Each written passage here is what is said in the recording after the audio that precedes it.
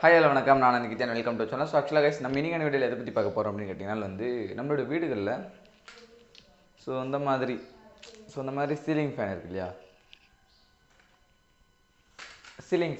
So அந்த ceiling ஃபேனை எப்படி நம்ம சிம்பிளாக க்ளீன் பண்ணுறது அப்படிங்கிறத பற்றி தான் இந்த வீடியோவில் பார்க்க போகிறோம்.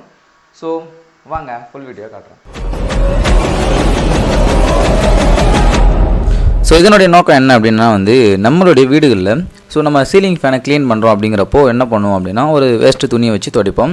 ஸோ அப்படி துடைக்கிறப்போ இந்த மாதிரி ட்ரெஸ் அடிக்க வச்சுருப்போம் அண்ட் கீழே நிறைய விஷயங்கள் இருக்கும். ஸோ அதெல்லாம் நம்ம ஏதாச்சும் ஒரு துணியை போட்டு க்ளோஸ் பண்ணிவிட்டு அதுக்கப்புறம் அதை க்ளீன் பண்ணுற மாதிரி இருக்கும். கரெக்டுங்களா? ஸோ அப்படி பண்ணால் தான் அதெல்லாம் டஸ்ட் ஆகாமல் கீழே மட்டும் டஸ்ட்டாக இருக்கும். ஸோ அதை நம்ம க்ளீன் பண்ண முடியும். பட் ஆனால் நம்ம பண்ண போகிற மெத்தட் பார்த்திங்க அப்படின்னா கொஞ்சம் சிம்பிளான மெத்தட் தான். என்ன அப்படின்னா, நான் உங்களுக்கு ட்ரையல் காட்டுறதுக்காக ஒரு சின்ன மஞ்சள் பை எடுத்திருக்கேன். எதனால் அப்படின்னா, ஸோ அதுக்கு நான் துடைக்கிறதுக்கு நல்லா ஒரு சாஃப்டாக ஒரு கிளாத்தாக இருக்கக்கூடிய ஒரு பையை பெருசாக ஃபுல்லாக அந்த ரெக்கைக்குள்ளே போகிற மாதிரி ஒரு பையை நீங்கள் எடுத்துக்கோங்க.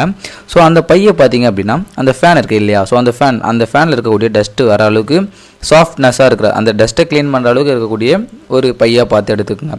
ஸோ அதை நம்ம அந்த ரெக்கைக்குள்ளே ஃபுல்லாக விட்டுட்டு அப்படியே பிடிச்சி இழுத்தோம் அப்படிங்கன்னா பார்த்தீங்கன்னா அதுக்குள்ளே இருக்கிற டஸ்ட் எல்லாமே அந்த பைக்குள்ளே வந்துடும். ஸோ நம்ம கீழே பார்த்திங்கன்னா டஸ்ட் எதுவுமே ஆகாது. ஸோ கீழே இருக்க ட்ரெஸ்ஸும் இருக்கட்டும் அண்டு வேறு ஏதாவது இருந்தாலும் ஸோ அதில் டஸ்ட்டு ஆகாது. மொத்த டஸ்ட்டுமே நம்ம யூஸ் பண்ணுறோம் இல்லையா, ஸோ அந்த பைக்குள்ளவே வந்துடும். ஸோ இதுதான் இதனுடைய மெத்தடு.